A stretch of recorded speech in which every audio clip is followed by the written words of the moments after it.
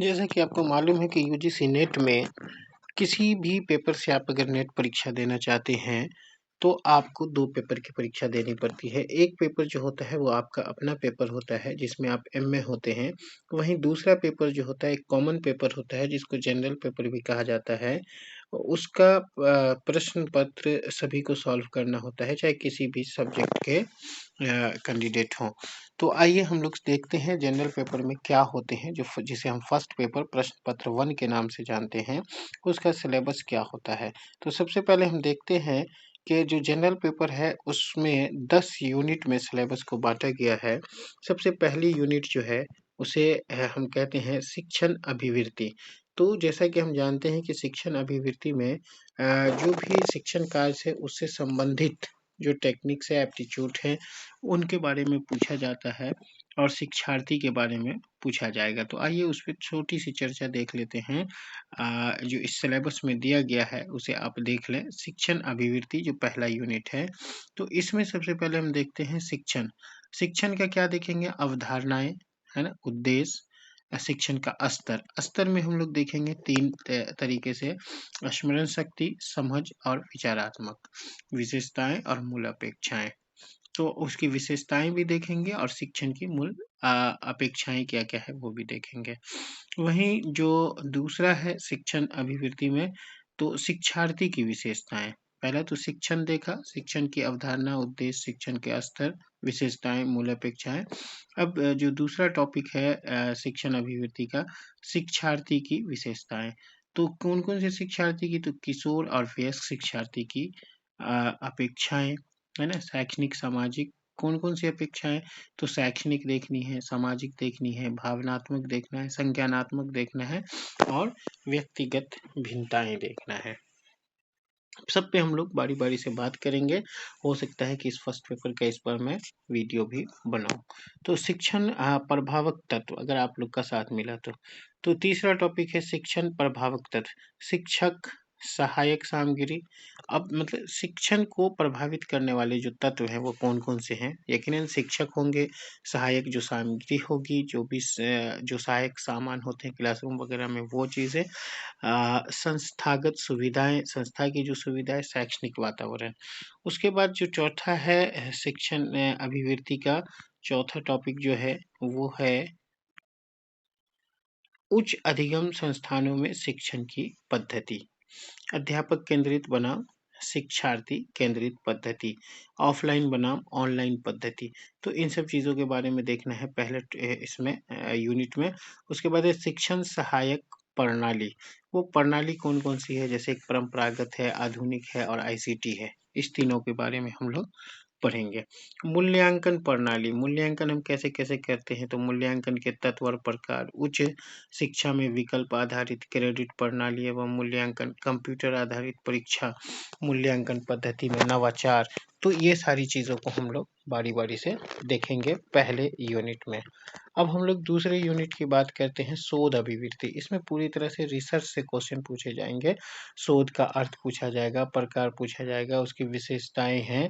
उसके बाद प्रत्यक्षवाद एवं उत्तर, प्रत्यक्षवाद शोध के उपागम, उसका शोध पद्धति प्रयोगात्मक, विवरणात्मक, ऐतिहासिक, गुणात्मक एवं मात्रात्मक जो 4-5 प्रकार के शोध हैं उसके बारे में।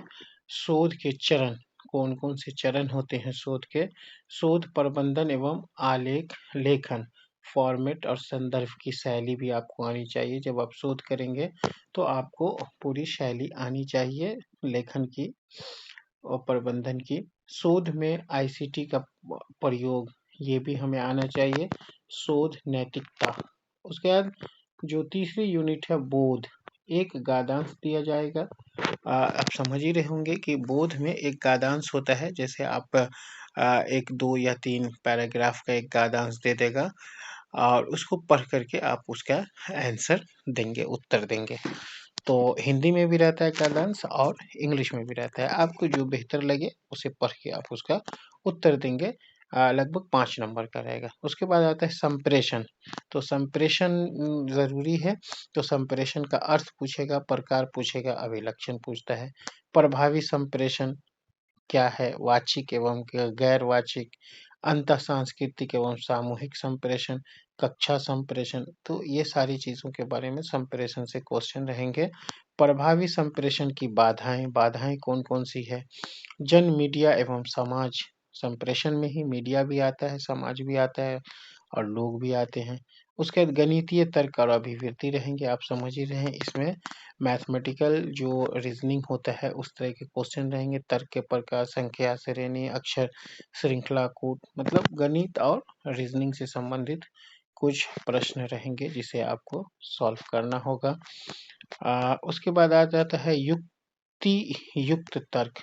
युक्ति के ढांचे का बोध, युक्ति के रूप, निरुपाधि तर्कवाक ढांचा, व्यवस्था, आकृति, औपचारिक एवं अनौपचारिक युक्ति, दोष, भाषा का प्रयोग, शब्दों का लक्षार्थ और वत्सवर्थ, विरोध का परंपरागत वर्ग, युक्ति के प्रकार, निगनात्मक, आगनात्मक युक्ति का मूल्यांकन और विशिष्टीकरण, अनुरूपताएं, ये सारी चीज है, ये छठे यूनिट में है, युक्ति युक्त तर्क। उसके बाद है वेन का आरेख, तर्क की वैधता सुनिश्चित करने के लिए वेन आरेख का सरल और बहुप्रयोग, भारतीय तर्कशास्त्र, ज्ञान और साधन, प्रमाण, प्रत्यक्ष, अनुमान, अपमान, शब्द अर्थापत्ति और अनुपलब्धि, ये सब इसमें रहेंगे। अनुमान की संरचना, प्रकार, व्याप्ति और हेत्वाभास। उसके बाद हम लोग आते हैं 7वें यूनिट में आंकड़ों की व्याख्या। तो इसमें एक स्टैटिकल टाइप का क्वेश्चन दिया रहेगा जिसे आपको देख करके और उसका 5 क्वेश्चन रहेंगे, उसका उत्तर देना पड़ेगा। इस सब पे हम लोग बाद में बारी-बारी से फिर बात करेंगे। सूचना और संचार प्रौद्योगिकी, मतलब आईसीटी से जो कंप्यूटर बेस्ड जो आजकल एजुकेशन है, तो उसमें जो इम्पोर्टेंट एजुकेशन के लिए जो बहुत ज़रूरी चीज़ें हैं उन सब के बारे में आपसे क्वेश्चन पूछे जाएंगे, जैसे आईसीटी सामान, संक्षिप्तियाँ और शब्दावली, इंटरनेट, इंट्रानेट, ईमेल, सर्वदर्शी कॉन्फ्रेंस की मूलभूत बातें, उच्च शिक्षा में डिजिटल पहले, आईसीटी और सुशासन। अब 9वां जो होता है लोग, विकास और पर्यावरण। आप इसमें समझ गए होंगे कि पर्यावरण से संबंधित बहुत सारे क्वेश्चन रहेंगे, विकास से संबंधित रहेंगे और मानव स्वास्थ्य या प्रदूषण वगैरह से क्वेश्चन रहेंगे। पर्यावरण से ही संबंधित बहुत सारे क्वेश्चन रहेंगे, स्वास्थ्य से संबंधित क्वेश्चन रहेंगे, तो ये सारे क्वेश्चन रहेंगे इसमें।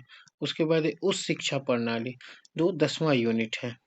उच्च अधिगम संस्था और प्राचीन भारत में शिक्षा, समझ गए होंगे। स्वतंत्रता के बाद भारत में उच्च अधिगम और शोध का उद्भव कैसे, मतलब भारत में शोध में परिवर्तन आया, शोध के में लोग आगे बढ़े और भारत में कौन-कौन सी उच्च संस्थाएं थी या हैं और प्राचीन भारत में शिक्षा कैसी थी, इन सब बातों पे किस प्रकार चलती थी 10वें यूनिट में क्वेश्चन पूछे जाते हैं। भारत में पारंपरिक, गैर पारंपरिक अधिगम है ना, जो पारंपरिक है, गैर पारंपरिक है, उसके बारे में पूछा जाएगा। अधिगम का जो पारंपरिक तरीका, गैर पारंपरिक तरीका है। व्यावसायिक, तकनीकी और कौशल आधारित शिक्षा, समझिए होंगे आजकल देखते हैं कौशल आधारित शिक्षा पे बहुत जोर दिया जाता है। मूल शिक्षा और पर्यावरण परक शिक्षा, ये भी आप समझिए। नीतियाँ और अनुशासन, राजनीति, प्रशासन, जो राजनीति और प्रशासन जो है उसकी जो नीतियाँ हैं उससे संबंधित भी क्वेश्चन रहेंगे। शिक्षा में क्या-क्या नीतियाँ बना रही है, क्या-क्या सुशासन के तरीके इसमें अपनाए जा रहे हैं, राजनीति और प्रशासन का इस पे क्या प्रभाव पड़ रहा है, तो उनसे संबंधित बहुत सारे क्वेश्चन रहेंगे। इस तरह से हमने 10 यूनिट को देखा, हर यूनिट से 5-5 प्रश्न पूछे जाएंगे और आपको लगभग इससे 50 क्वेश्चन रहेंगे। सभी जो क्वेश्चन है 2 अंकों के होंगे, तो इस तरह से 100 अंक के फर्स्ट पेपर होते हैं और इसकी तैयारी अगर हम कर लेते हैं तो बहुत हद तक संभावना होती है कि हमारा नेट निकल जाए। चूँकि आपके पेपर में अगर थोड़ा कम भी मार्क्स आए, इसमें आप मार्क्स अच्छा ले आते हैं तो पूरी संभावना है कि आपका नेट निकल जाए। इसमें कोशिश करें कि आपको 30 से 35 नंबर या उससे प्लस आ जाए, तो संभावना रहती है कि आप नेट में अच्छा कर जाएँगे। तो चलिए आज का वीडियो हम 30 से 35 क्वेश्चन, मतलब 60% से ऊपर आप लाने की इसमें कोशिश कर सकते हैं। तो चलिए आज का वीडियो यहीं को ख़त्म करते हैं, फिर आइंदा मतलब नेक्स्ट वीडियो हम लाएँगे इसकी तैयारी पे कि